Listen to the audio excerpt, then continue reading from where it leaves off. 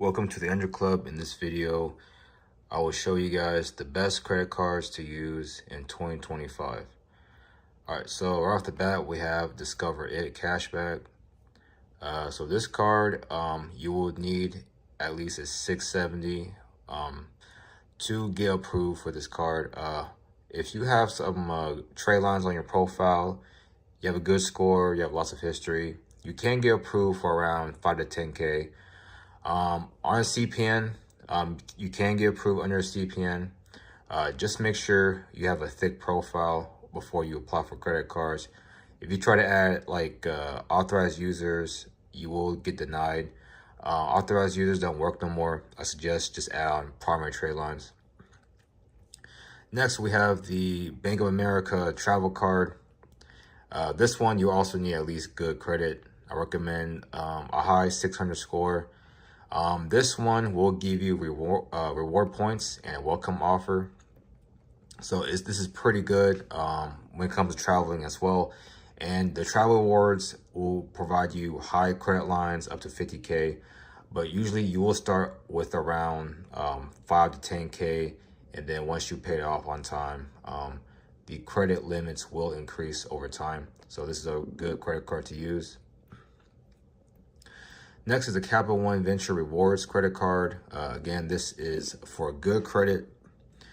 There is an annual fee, but this card is also a high credit line, and they will give you a good welcome offer.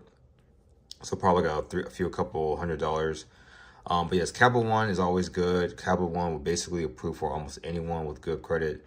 If you guys have collections, repos, bankruptcies, you will not get approved for any of these cards. So this one's about the same thing. It's just the reward side, so I'm gonna skip over this one. Okay, so this is the Discover It Chrome. Pretty much the same thing, just different reward rates or APRs. But yeah, this is pretty good.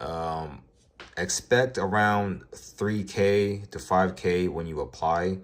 But if you have about 10 to 15 credit lines on your profile, paid off, closed, most definitely you'll get about 15K when you try to apply for it.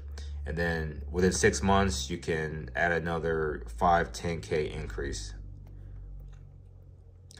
All right, so this is Wells Fargo. Wells Fargo, I'm not a fan of Wells Fargo because when it comes to the banking, they're a little more strict. And you can only withdraw $300 a day. But they do have high APRs when it comes to Wells Fargo. So for me, I don't recommend it. If you do have Wells Fargo, it is easier to get approved, but you would need a good credit score. I recommend a mid 700 or a low 710 score. They are pretty strict with the approvals, by the way. And then you have the Reflect card.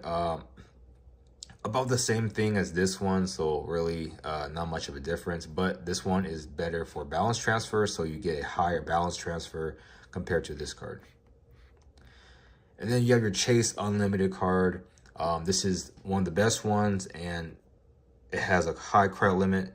So if you want a 30K credit limit, you will have to have a good 800 credit score, at least 5 to 7 years of history. 10 years will guarantee you 30K or 25K, 20K on the low end.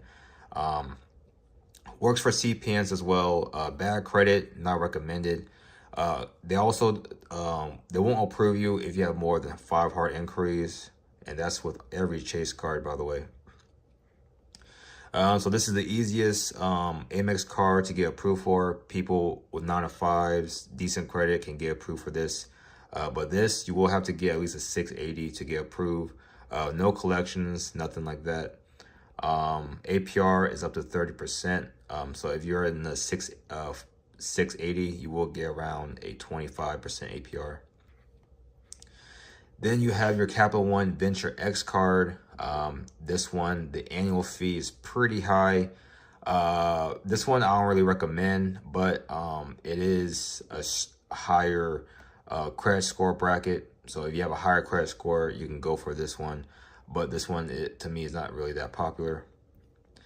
And then the Gold and the Rose card, easier for approvals than the Platinum card. There is an annual fee, but you get a 60K member rewards points. and the minimum score is a 670, but most likely you need a 690 at least, with lots of trade lines, lots of history on your profile. And the Amex is also a good card too, but the annual fee is pretty high. It's $695. So if you're trying to get approved for 3 of these cards, make sure your credit is on point. But that's where you can apply add trade lines. So if you need trade lines, please visit the links in my description on the bottom of the video if you guys need trade lines, and it should report within 2 weeks. Yeah, so those are the best ones, and these are just the best ones. So yeah, if you guys find this video helpful, these are the best credit cards for 2025. Yeah, that'll be it for the video, guys. Make sure you guys subscribe, and thanks for watching.